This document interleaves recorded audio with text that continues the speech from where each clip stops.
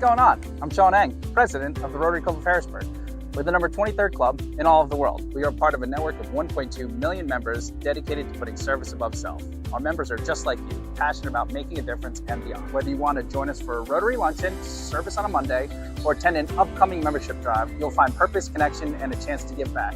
If you've been working hard and wondering how you can live a more fulfilling life, join us at the Alexander campus for Jewish Life, Mondays at noon, to make an impact today. We'd love to have you.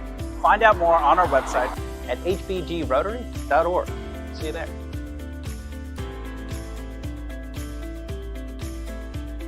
Featured speaker time. This is the best part. Ryan?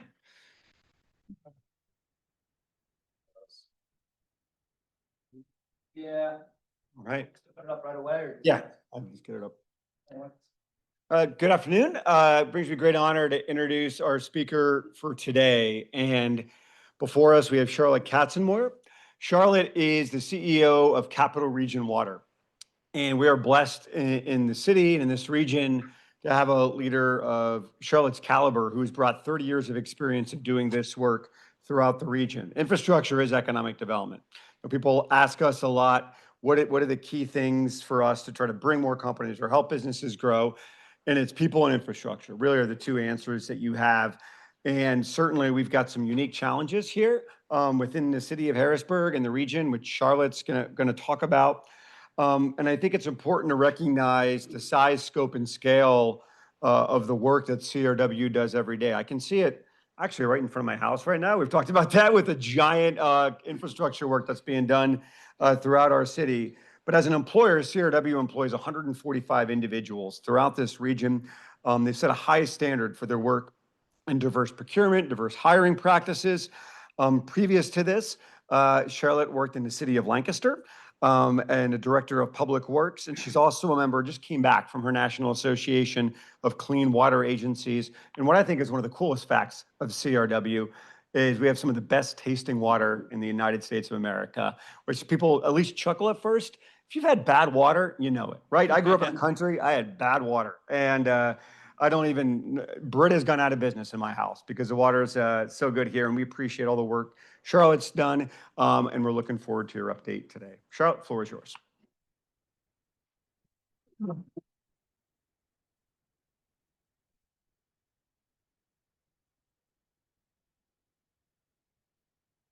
Thanks for having me. Sure this doesn't slide off. I have some notes for myself. Capital Region Water. Gotta remember to do both of them now. All right, so Capital Region Water is a municipal authority that improves and maintains and operates the water systems for the city of Harrisburg and the greater Harrisburg area. I'll talk about our service area in a minute. But if you don't want to know what a municipal authority is, it is a governmental unit of a local government. So our board of directors is appointed by the city of Harrisburg's mayor and with approval of city council. So we're always looking for people interested in serving on our board. We now have a full slate of 5 board members, which has been a while in coming. So we're happy for those board members. Some of you may know some of our board members. Andy Enders is our vice chair, and Mark Karowski is our chair. So we're very fortunate to have both of them leading us. But as a municipal authority and as a governmental entity, we are proud stewards of the drinking water and wastewater and stormwater systems for the city of Harrisburg. These are our core values that we want our employees to live by. We embrace unity and teamwork. I truly believe in that. And we're very collaborative in how we operate. We're transparent and accountable.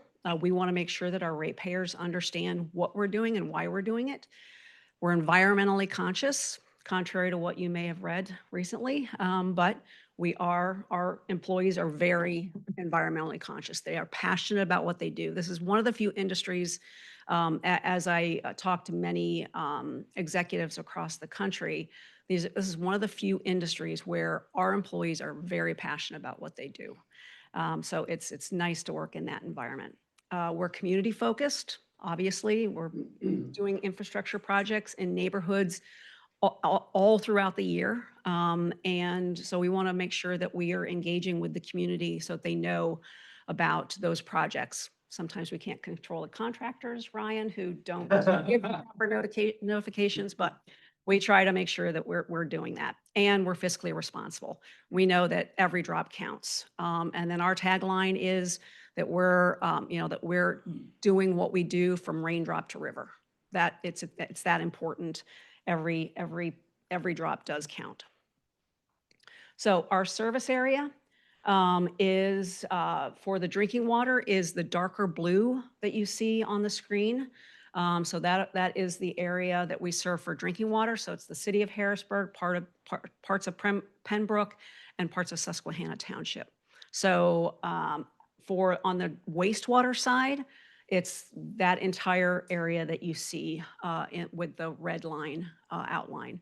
So what that means is that for the wastewater side, we own the collection system within the City of Harrisburg. So the sewer pipes that are in the ground, we own and maintain those sewer pipes. Any of the sewer pipes that are outside of the City of Harrisburg in Susquehanna Township, Lower Paxton, Swatara, Paxtang, Pembroke, and Steelton, they own their own sewer pipes, and they send all the wastewater to our advanced wastewater treatment plant, which is located down near, it's actually in that little sliver of Swatara Township between the city and Steelton on Cameron Street. So that's the wastewater plant. So it's a regional plant. It serves, it takes care of all the wastewater from that entire service area. So our service area is a little wonky when it comes to the drinking water side and the wastewater side. So why Capital Region Water? Very interesting history about Capital Region Water. In October of 2011, if you're not from this area, the Pennsylvania capital city of Harrisburg filed for Chapter 9 protection in the U.S. Bankruptcy Court for the Middle District of Pennsylvania, citing the overwhelming magnitude of its outstanding bond debt and its inability to negotiate with creditors a plan for resolving its financial problems.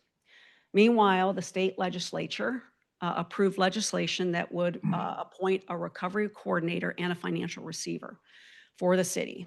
The appointed officials submitted the Harrisburg Strong Plan to the court in 2012, and among its provisions was the creation of a new authority as the owner and operator of the water, sewer, and stormwater system under the control of a locally appointed board of directors with 5 members, and basically a firewall between the city and Capital Region Water. Prior to when they started delving into some of the finances of the city, there was about more than $50 million that the city basically took from the water and sewer fund to supplement the general fund and make up the difference between what the city tax revenue was bringing in and what their operation cost. That means they weren't investing in the infrastructure. So for decades, there was a lot of deferred maintenance that was happening. And there started to be sinkholes all over the city because that infrastructure was not being taken care of and well maintained. So there were sinkholes like this. There were buses falling into sinkholes. So there were over 100 sinkholes that the city just plated, put a steel plate over, and walked away. So all over the city, there were just steel plates with sinkholes underneath, and you see what happens when you just ignore those sinkholes. They continue to get bigger. So, the management so when there was a Harrisburg authority before Capital Region Water, that was basically a financing mechanism for the city to go out for bonds. It was supposed to be for water and sewer bonds, but as I said, those bonds were often not used for water and sewer projects. When Capital Region Water was formed and became an operating authority, we now own the infrastructure and maintain it. before, many of the management staff that maintained the systems were part of city government. They were a department within city government. Now we're self-autonomous. We're appointed where we answer to the board of directors. We have our own finance team. We have our own HR, our own IT. Everything within our operations is the 145 employees that was already talked about. Many of the management staff that moved over from the city to Capital Region Water talked about how they were not even getting the most basic of supplies to be able to maintain the system. So when we became Capital Region Water, we had to really ramp up pretty quickly and start hiring lots of other employees, because many of the employees that were with the city retired and took a buyout provision and didn't move over to Capital Region Water. So we also had to start remediating all of these sinkholes. We had to investigate them, see you had to fix whatever the problem, the source of the problem was, whether it was a drinking water pipe that had failed or a sewer line that had failed, fix those and then fill in the sinkholes. So over 100 sinkholes had to be remedied. And so you see the cost of some of them. It was very expensive. So in 2015, we entered into a partial consent decree, and that required Capital Region Water. A consent decree is with the U.S. Department of Justice. They basically come in. They do this for all combined sewer communities across the country, and I'll talk about what is a combined sewer community in a minute. But Department of Justice will come in because combined sewer communities need to find a way to reduce the overflows. So let me just go ahead. That's our partial consent decree. Let me talk about the difference between a separated and a combined system. There are over 800 combined sewer communities across the country.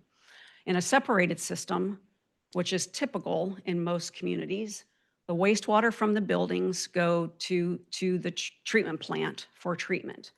But the rainwater from buildings and parking lots and roadways, they go into a separate pipe, which then goes to a local stream without treatment because it's supposedly clean water, right? But in a combined sewer community, both the wastewater from buildings and all of that rainwater go into the same pipe and go to the treatment plant for treatment. That's fine most of the time, and in smaller rainstorms. We can treat all of that wastewater. But in heavier rainstorms, the plant would get overwhelmed and overflow if we don't have some relief points throughout our system that allows for that combined sewage to overflow into local streams. In our case, it's the Susquehanna River and the Paxton Creek. That happens a lot of times in Harrisburg now because we've not done a lot to fix the problem. This took hundreds of years to get here, over 100 years. Our system is over 100 years old. It took that long to get here. It's going to take many decades to fix the problem, especially since we are just investing into the system, what has been deferred for decades. So now we're basically have gotten the system to where it's the baseline system where the system should be operating. Now we have to start doing the projects that's going to reduce all of those overflows. So we have 60 overflow locations on those two creeks on the Susquehanna River and the Paxton Creek. So the consent decree requires that we do something to control those discharges. And it also recognized the inherent deficiencies in our system and allowed us time to get the system to a baseline level of operating. So with that, we developed the City Beautiful H2O plan, which harkens back to the original City Beautiful movement, which was basically to clean up the waterfront. We're kind of doing the same thing. We're cleaning up the waterfront by reducing the number of overflows to the Susquehanna River. So that's why we call it the City Beautiful H2O plan.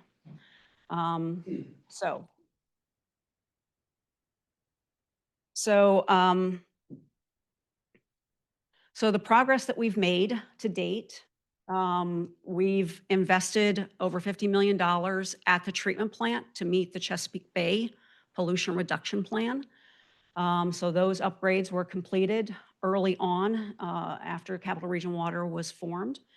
We upgraded the pump station down in Shipoke. There's a building right near the 83 exit that we upgraded to improve the amount of the capacity of that pump station to be able to control more overflows to get that combined sewage to the treatment plant.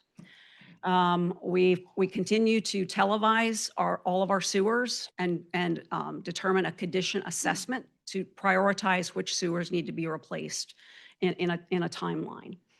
We investigated and repaired those sinkholes, and we've completed a lot of green stormwater infrastructure projects. So if you see like 3rd Street up in Allison Hill, along the roadway, you'll see some rain gardens. Those are not just beautiful planted areas. Some people will say they're not beautiful because they have native plants that are working. They're actually doing the work of controlling stormwater and keeping the stormwater out of the system so it doesn't overwhelm the system. So those are actually part of our infrastructure. We rely on those to keep a lot of that stormwater out of our system. So we're going to build a lot more of those across the city. So to date, we've spent over $200 million investing in many projects over the years, and we have a lot more to go. So our collective challenge is that about 60% of our system is a combined system, and about 40% of our system is that separate sewer system that I talked about, where the rainwater goes directly to the creek and doesn't go into our system. But we also have to meet certain federal and state requirements, even for that separate sewer system. So there's money that we have to spend there as well. So in 2023, we entered into a new modification to that original partial consent decree. And it recognized a lot of the improvements that we've already made to date. So it listed the projects that we've completed to date to give recognition for the work that has been done. But it also lists another 10-year list of projects that we have to complete under the consent decree. And again, those are helping achieve an 85% capture of those combined sewer overflows. So that is like the minimum requirement that EPA is looking for, is that 85% threshold. We have to go further, and we have to have a plan on how we're going to get there. And that's the long-term control plan that I'll talk about in a minute. The requirement of the consent decree was also to develop a public communication and outreach plan, and how we're going to communicate to the public the investments that need to be made and the resulting rate increases that they're going to see.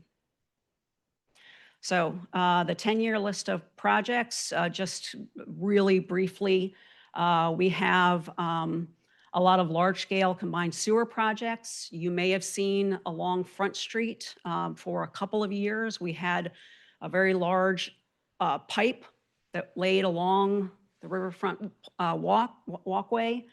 That was to allow us to line the Front Street interceptor, which is underneath that whole area, which takes a lot of our service area from Susquehanna Township, the city, down to that Front Street pump station that I said that we improved, and eventually to the advanced wastewater treatment facility. So that was rehabbed, and it actually won the National Project of the Year for infrastructure. So we're very proud that that lining project was very successful for us. We're working with PennDOT on their 83 expansion project. There is a very large portion of the city up around Allison Hill that is actually part of our separate sewer system. But because when that system was built, and 83 has been there for how many decades, there was no way to get that separated sewer outfall to the river. So it actually dumps into our combined sewer system. So you have all of that area that meets all the requirements for a separate sewer system, but then it dumps all of that stormwater into the combined system. With the 83 expansion project, we were actually able to take advantage of PennDOT's work and lay a separate sewer stormwater pipe that would actually discharge to the Paxton Creek. So that's a big portion of that 85% capture that I talked about. We're working with the city of Harrisburg on the Paxton Creek Greenway project. Paxton Creek is a very urbanized, unnatural creek. Most of it is in a concrete channel. It has no assimilative capacity for natural biology, natural biota. So by naturalizing that stream, the city can actually get many acres out of the floodway and see future development for several hundred acres. And we're also able to improve an interceptor that runs along the Paxton Creek. So we're working collaboratively with them to hopefully get that project moving.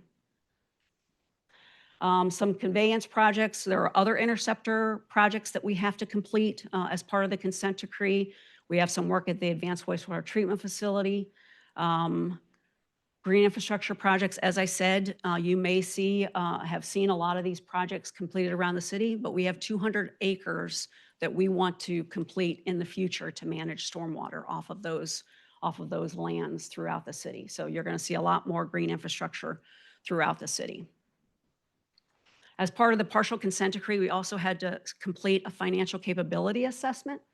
And what that looks at is it looks at the capability of CRW to fund those capital investments, but it also looks at the economic burden that it places on our ratepayers. What the FCA determined was that there's a high poverty prevalence today in the city of Harrisburg, which is really will impact the customer's ability to pay future rates as we increase them. So we have to find a way to help mitigate that because it also affects our revenue, the amount of revenue that we're able to bring in to pay for those bonds that we need to complete those projects.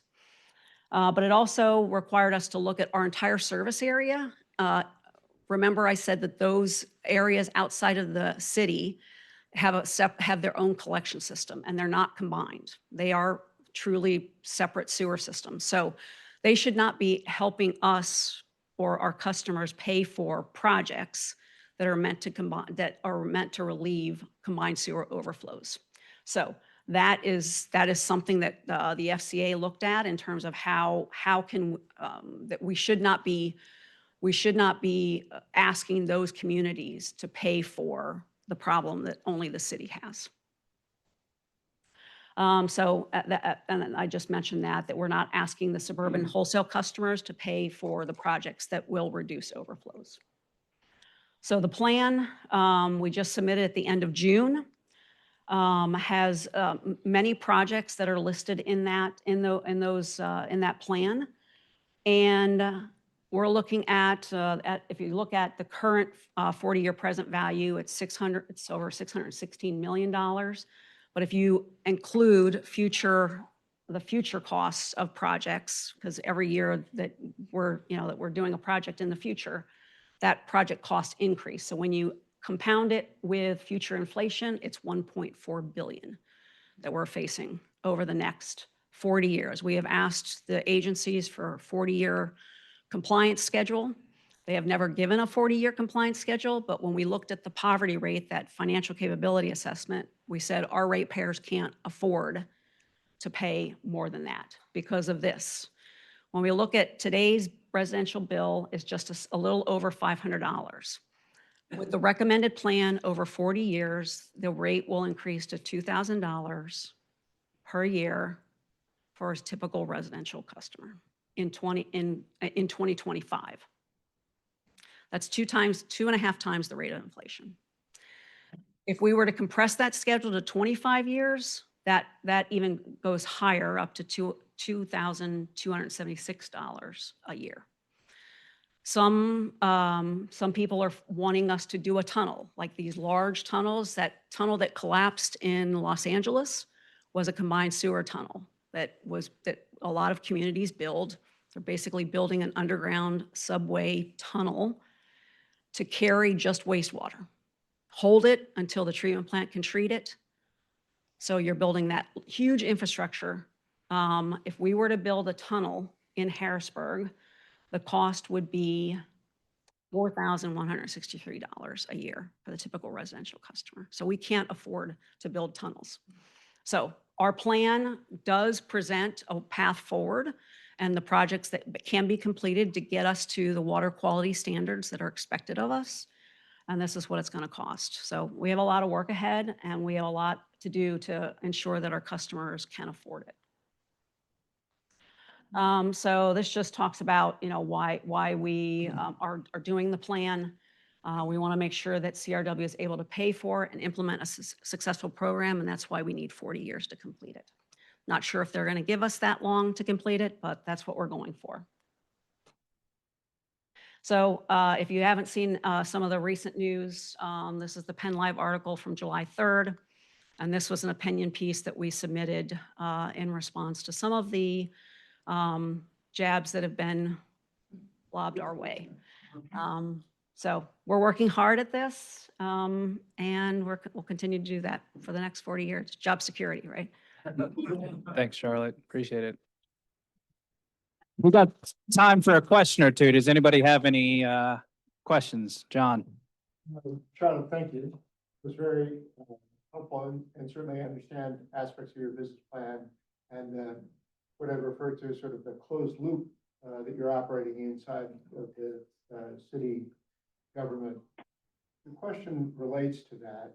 I mean, if you think about the parking authority as another closed loop situation where you get this group of payers that is not necessarily always going to be there. In this case, businesses that are leaving the city, and in your case, residents impoverished that are maintaining in the city. Yep. You sort of characterized the inability of you to move outside of your current region. And my question is why? So because I would think that would be a target for your opportunity, both in terms of achieving revenue parity, but also to address some of your cost structures for the long term. I would love to expand our territory. I would be all for that, but we are surrounded by private utilities. Pennsylvania American Water, Veolia, they've basically seized the market around us. They're not going to sell because they have shareholders that they're beholden to. They're trying to make their investments worth it for their shareholders. They're not going to sell their system to us so that we can expand our territory and garner more customers. So we're kind of in a no-win situation. Parking authority is in reverse. I mean, to a certain extent, that you've got this captive audience that you can't add to from a business standpoint, and at the same time, you've got to hold the line in terms of your costs because of the financial challenges of the impoverished community. So we do have, we're trying to work around those issues, and some actually legislation that precludes us from Pennsylvania Municipal Authorities Act actually precludes us from having a customer assistance program, believe it or not. They say you can't use ratepayer funds to subsidize other ratepayers. But we had to get inventive. When I came here and seeing the poverty that we faced, and our accounts receivable balance continues to increase every year. So we developed a customer assistance program using non-rate revenue, and we continue to do projects to grow that non-rate revenue that we're bringing in. So we're doing work at our advanced wastewater treatment plant to have an energy recovery project where we're using all that methane gas that we get from biosolids digestion. We're cleaning it to pipeline standard and injecting it into the UGI's pipeline right next door to us. in selling that. That brings in non-rate revenue. So we're trying to think outside of the box. How can we grow that non-rate revenue to offset that future $2,000 bill that the lowest, that the impoverished households can't afford? The problem is even though we have a customer assistance program, the uptake is very low for whatever reason. As much as we've done, as Ryan mentioned, I sit on National Association of Clean Water Agencies Executive Board. Every executive talks about this. Why can't we get people to take advantage of our customer assistance program? Can't figure it out. Why don't they want to take advantage of it? We're giving money, but it's a very low. There's only a few. I don't know the number off the top of my head, but it's very few households that take advantage of that. But we want to grow that because we know as that affordability becomes more and more of an issue year after year, we're hoping at some point more and more customers are going to be driven to that customer assistance program. Yes, in the back. What's the process of that program and what's the awareness of that program? Because, I mean, a lot of us work in nonprofit and, I think that awareness is key there. I would Yes. know what that's offered that. Yeah, so we have a community outreach team that just does community outreach. They're always thinking of ways to do bill stuffers, to our newsletter, on our website, social media. So we have a team just dedicated to that outreach function. And we continue to try and get that message out. We tried to make the application as easy as possible. We don't want to, from a security standpoint, we don't want to hold financial information. So if a household is eligible for LIHEAP or SNAP or any other assistance program, you're automatically eligible. You just have to send a screenshot of your current enrollment in those programs and you're automatically eligible. So it's very easy. So we tried to make it easy, knowing from a national level that uptake is very low. Yeah. Well, maybe for community impact, maybe specific, maybe reaching out to the other nonprofits in the area that service. Yep. In that aspect. That would be very helpful. I know there's a couple probably taking notes right now that, work with SNAP individuals. Yep. Thank you. Right. Mm-hmm. Thanks. Jar.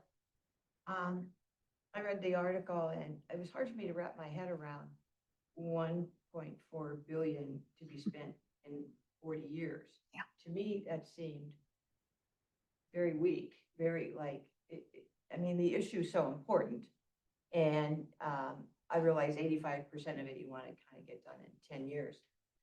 So thinking economically, I'm curious, even though it's a private corporation, correct? No, we are a public entity. You're a public entity. Okay. I'd ask the question was there anything in the infrastructure bill that would support a project like that? And is it getting axed with the new administration who doesn't believe in the erratic patterns of weather with climate change and everything else? So the infrastructure bill Pennsylvania did see money from the infrastructure bill, quite a bit. However, Pennsylvania made the decision to send that money directly to Penvest. Penvest is the Pennsylvania entity that controls sewer and wastewater funding coming from the federal government. And they give out mostly loans. There are some grants that they give, but the threshold for what is a grant versus a loan, even we are not eligible for a grant. We're eligible for a loan. So we still have to pay back that money. It's very low interest. It's 1% interest over 20 years. But when you think about all the times that we have to go back and reapply to Penvest, there's a lot of red tape. There's a lot of documents that have to be submitted. But that's what we're using for all of our projects. It's 20-year loans at 1% interest rate. That's what the plan is based on. But it's still a loan and we have to pay it back. That infrastructure bill money went to the state and it's not going to local jurisdictions in the form of grants that most other states gave it in the form of grants. In terms of the Swatera Creek project, which I think is brilliant, it reminds me of the Highlight and New York City. Does this issue affect funds for that? I thought perhaps maybe DCNR, there could be funds for that project, which would really change the city. Yeah. We do go for grant funding as much as we can. And the city is also going for grant funding and DCED, DCNR, because there's a greenway component to the creek rehabilitation. So we're definitely going after all the grants that we could possibly get for that project. Yeah. And both of us did get a federal earmark, a federal appropriation, both the city and CRW for our separate projects as part of the Greenway project, as part of the naturalization project. Round of applause for Charlotte.